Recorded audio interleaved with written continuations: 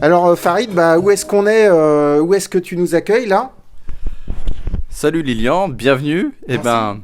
Aujourd'hui vous êtes dans mon studio de musique, mais au-delà d'être dans mon studio de musique, vous êtes aussi dans mon appartement que je viens d'acheter. Alors merci Farid de nous accueillir donc dans ton studio d'enregistrement musical parce que parmi une de tes nombreuses activités passion, donc tu as une activité donc de production musicale dont on vient d'écouter un extrait donc très sympa d'ailleurs que Merci. donc j'ai appris que tu en fait quand on va sur Shazam en fait on retrouve certaines de tes musiques. Exactement. Donc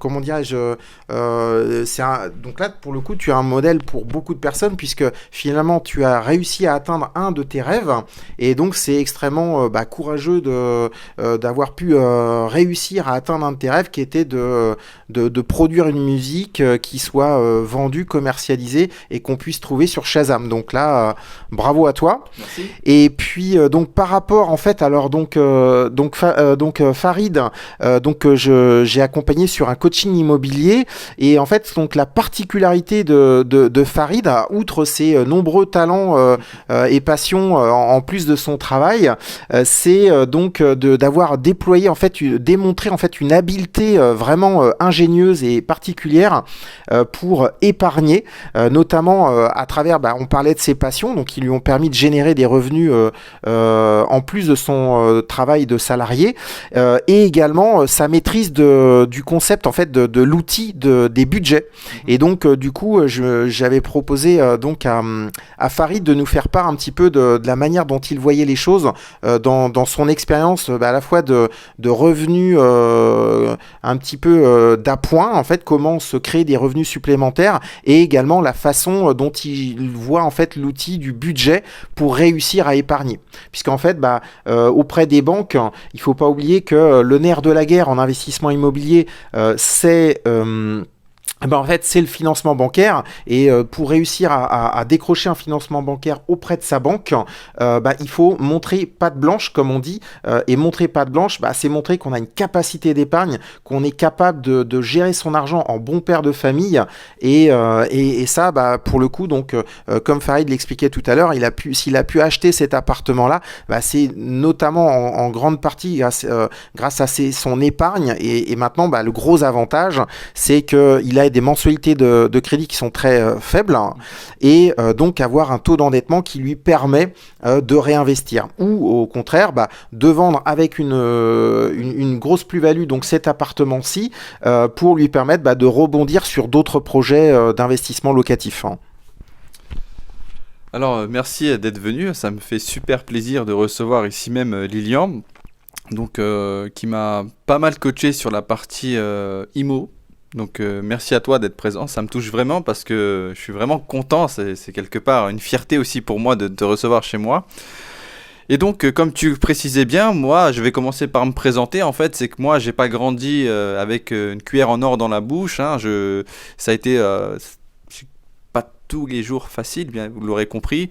Par contre, c'est là où je me dis que c'est possible pour tout le monde, c'est que tout est dans la tête, dans le sens où tout le monde, et je dis bien tout le monde, peut mettre de l'argent de côté, il suffit d'avoir le mental qui va avec. C'est quoi avoir le mental qui va avec? C'est réfléchir, utiliser son cerveau à bon escient. Et comment on utilise son cerveau à bon escient?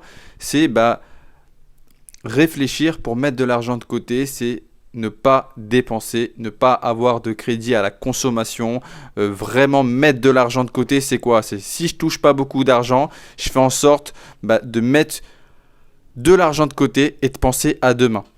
Parce que comme j'expliquais aussi, c'est qu'on peut toucher 10 000 euros, mais si on engage 9 500, il ne nous reste pas grand-chose pour vivre pour le mois. On peut toucher 1 000 euros, mais s'il nous en reste 600 d'un autre côté, on peut éventuellement penser à faire un achat et justement épargner énormément d'argent. Moi, j'ai eu cette particularité, j'ai fait des sacrifices. Ça n'a pas toujours été facile pour moi, pour la simple et bonne raison, c'est que j'ai dû habiter chez des proches qui m'a certes permis de mettre de l'argent de côté, mais je mettais un petit peu de côté aussi toute la partie indépendante, libre de recevoir des personnes chez moi, etc. C'était compliqué, mais en soi, comme on dit dans le mal, il y a un bien, et dans ce bien, ça m'a permis de mettre énormément d'argent de côté. Pourquoi ? Parce que je me suis sacrifié. Et comme on dit, tout travail mérite salaire. Ça a été un travail déjà sur moi-même. Donc ça a été compliqué, mais c'est pas insurmontable. Il suffit d'avoir le mindset, comme on dit, cette mentalité, cette capacité de se dire, non, je me mets un objectif, voilà, dans 10 ans, je veux ça, alors je vais faire comme ça. Et puis il n'y a pas de raison, c'est mathématique. C'est vraiment mathématique. C'est vraiment si on a un objectif et on sait par quel chemin y passer, dont toi tu nous as aidé aussi pour le chemin qu'on doit prendre, c'est super cool. Parce que c'est forcément, c'est comme le GPS en fait.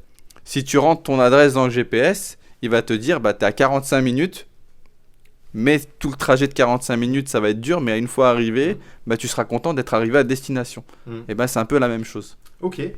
Et ouais, alors, en fait, donc Farid, par rapport au budget, donc ce que j'ai retenu dans ce que tu disais, c'est que en fait, c'est pas parce que tu as un budget que ça va t'empêcher de profiter, d'avoir des vacances. Hein. C'est simplement que tu as tout bien calculé et à partir du moment où tu respectes ton budget, forcément déjà tu vas dépenser moins que ce que tu gagnes. Donc mécaniquement, comme tu l'as dit, mathématiquement, tu vas générer une épargne et puis bien sûr à un moment donné, l'épargne, enfin l'effort produit ses fruits et donc au fur et à mesure, le temps a travaillé pour toi, donc tu as réussi à cumuler une épargne, voilà, qui t'a permis d'acheter cet appartement, voilà, qui va te permettre de servir de tremplin vers d'autres investissements immobiliers.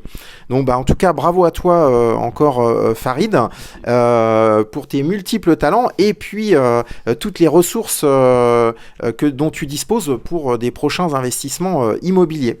Je voudrais juste revenir sur une chose qui est à mon goût très importante, Lilian, c'est tu as parlé de gestion de budget.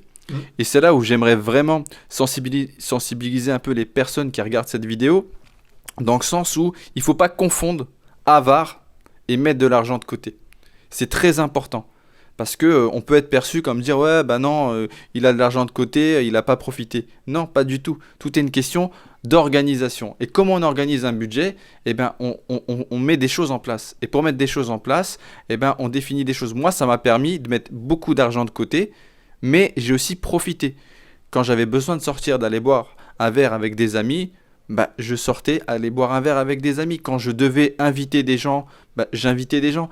Quand je devais faire des cadeaux d'anniversaire, je me suis jamais retenu. Il n'y a pas de souci.